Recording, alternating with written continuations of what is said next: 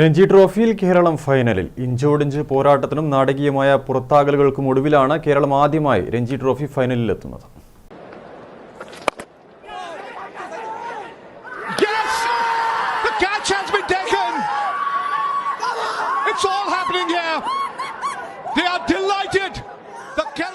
Ranji trophy semi ഫൈനലിൽ ഗുജറാത്തിനെതിരെ ഒന്നാം ഇന്നിംഗ്സ് ലീഡ് നേടി ചരിത്രം കുറിച്ച് കേരളം ഫൈനലിൽ. ഒന്നാം ഇന്നിംഗ്സിൽ 2 റൺസ് ലീഡാണ് കേരളത്തെ ചരിത്ര നേട്ടത്തിലെത്തിച്ചത്.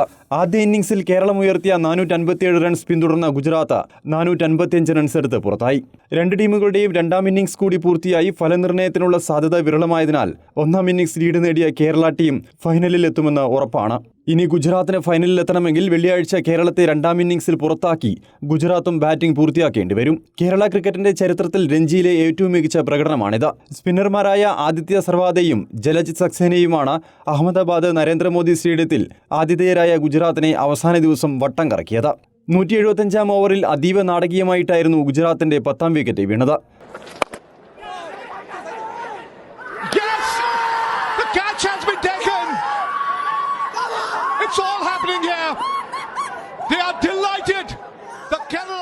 ആദിത്യ സർവാദയെ ബൗണ്ടറി കടത്താൻ ഗുജറാത്തിന്റെ വാലറ്റക്കാരൻ അർസാൻ നാഗ്വസൊല്ല അടിച്ച പന്ത് ഫീൽഡറായിരുന്ന സൽമാൻ നിസാറിന്റെ ഹെൽമറ്റിലിടിച്ച് ഉയർന്നു പൊങ്ങി സ്ലിപ്പിൽ നിൽക്കുകയായിരുന്ന ക്യാപ്റ്റൻ സച്ചിൻ ബേബി ക്യാച്ചെടുക്കുകയായിരുന്നു. ആശയക്കുഴപ്പത്തിനൊടുവിൽ അമ്പയർ ഔട്ട് വിളിച്ചതോടെ കേരളത്തിന് വിലയേറിയ 2 റൺസ് ലീഡ് സ്വന്തമായി. അർദ്ധ സെഞ്ചുറി നേടിയ ജയ്മീത് പട്ടേൽ, സിദ്ധാർത്ഥ് ദേശായി, അർസാൻ നാഗ്വസൊല്ല എന്നിവരാണ് അവസാന ദിവസം പുറത്തായ ഗുജറാത്ത് ബാറ്റർമാർ. 3 പേരുടെ വിക്കറ്റും ആദിത്യ സർവാദയാണ് സ്വന്തമാക്കിയത്.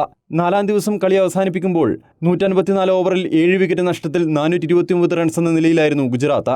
5ാം ദിനം ലീഡിലെത്താൻ അവർക്ക് 28 റൺസ് കൂടി മതിയായിരുന്നു.